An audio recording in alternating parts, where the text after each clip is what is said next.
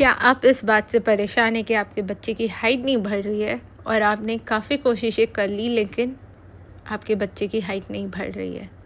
तो ये वीडियो आपके लिए है, जहाँ मैं आपको 3 ऐसी एक्सरसाइज़ेस बताऊँगी जो आपका बच्चा रोज़ करेगा तो उसकी हाइट डेफ़िनेटली बढ़ेगी। तो चलिए देखते हैं कि ऐसी कौन-सी 3 एक्सरसाइज़ेस हैं। नमस्कार, आप सभी का स्वागत है Kalpita yoga centre from imagination to reality के अगले वीडियो में। तो जैसे कि आप जानते हैं कि हम बात करेंगे बच्चों की हाइट को लेकर। तो प्रॉब्लम ये है कि बच्चे आजकल ठीक से खाते नहीं हैं और मेन प्रॉब्लम ये है कि उन्हें सही तरीका ही नहीं बताया जा रहा है खाने का। आजकल चम्मच और छुरी ये सब से ही उन्हें खाने को कहा जाता है, जबकि उन्हें उनके हाथों से खाने भी नहीं दिया जाता है। जब वो अपने हाथों का इस्तेमाल करेंगे तभी वो खाना उनके शरीर को लगेगा और तभी उनके पेट में वो पाचन क्रिया सही तरीके से होगी जब शरीर उस खाने के लिए तैयार होगा। क्योंकि बहुत सारे माता पिता ये करते हैं कि बच्चों के मुंह में वो खाना ठूसते जाते हैं, उन्हें खिला नहीं रहे होते, उन्हें ज़बरदस्ती खिलाया जा रहा होता है। बच्चों को रहता है कि उन्हें जंक फूड मिल जाए, लेकिन पौष्टिक खाने को भी आप सही तरीके से अगर खिलाओ तो बच्चे ज़रूर खाएंगे उसे भी।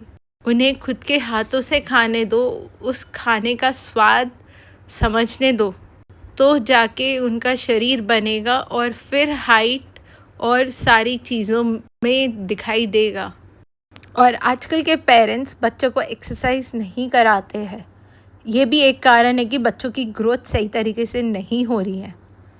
मैंने देखा है कि मैंने ऑनलाइन क्लासेस में जिन जिन बच्चों को करवाया है, वो सारे बच्चों की हाइट 3-4 महीने में ही रिज़ल्ट दिखना शुरू हो चुका है। तो इसलिए मैं कह सकती हूँ कि ये सारे एक्सरसाइज, ये तो सिर्फ 3 ही एक्सरसाइज है। आप रेगुलरली और भी एक्सरसाइज कराइए अपने बच्चों को, फिर देखिए कि उनका ग्रोथ कितनी अच्छी तरीके से होगा। तो चलिए ये आसन शुरू करते हैं। इसके लिए सबसे पहले अपने उंगलियों को इस तरीके से इंटरलॉक कर लीजिए। फिर हथेलियों को बाहर निकालते हुए सामने से ऊपर की तरफ ले जाइए।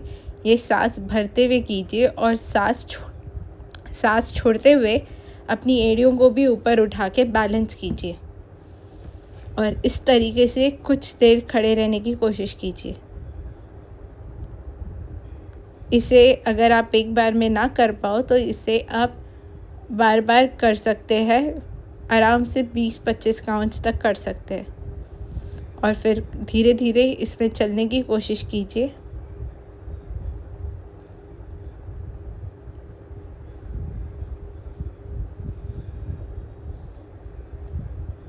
चलिए अब भरते हैं। अगला आसन जो हम करने वाले हैं उसे त्रिकोण आसन कहते हैं। उसके लिए अपने दाएं पैर को यानी राइट लेग को फैला लीजिए और दोनों हाथों को सीधा कर लीजिए और फिर अपने राइट साइड बेंड होते हुए अपने पैरों को पकड़िए। कोशिश कीजिए कि साइड से बेंड होए और फिर अपने लेफ़्ट हाथों को ऊपर उठाइए और जिस तरह से दिखाया था उस तरीके से कीजिए और फिर धीरे से इसी तरीके से बाहर आइए।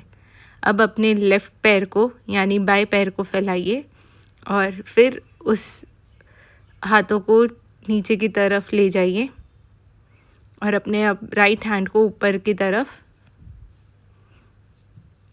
और अब इसी तरीके से धीरे से ऊपर आइए, हाथों को फैलाइए और हाथों को नीचे रखते हुए पैरों को पास में ले जाइए।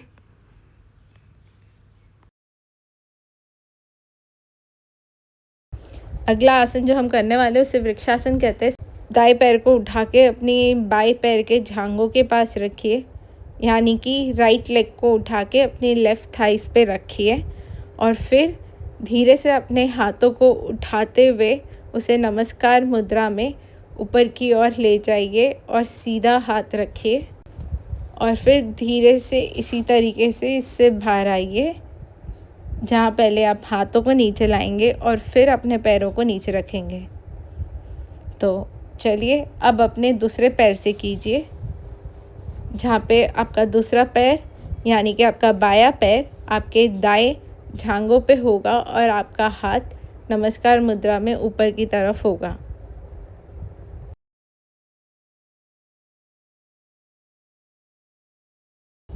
आज के लिए बस इतना ही। मिलते हैं अगले वीडियो में।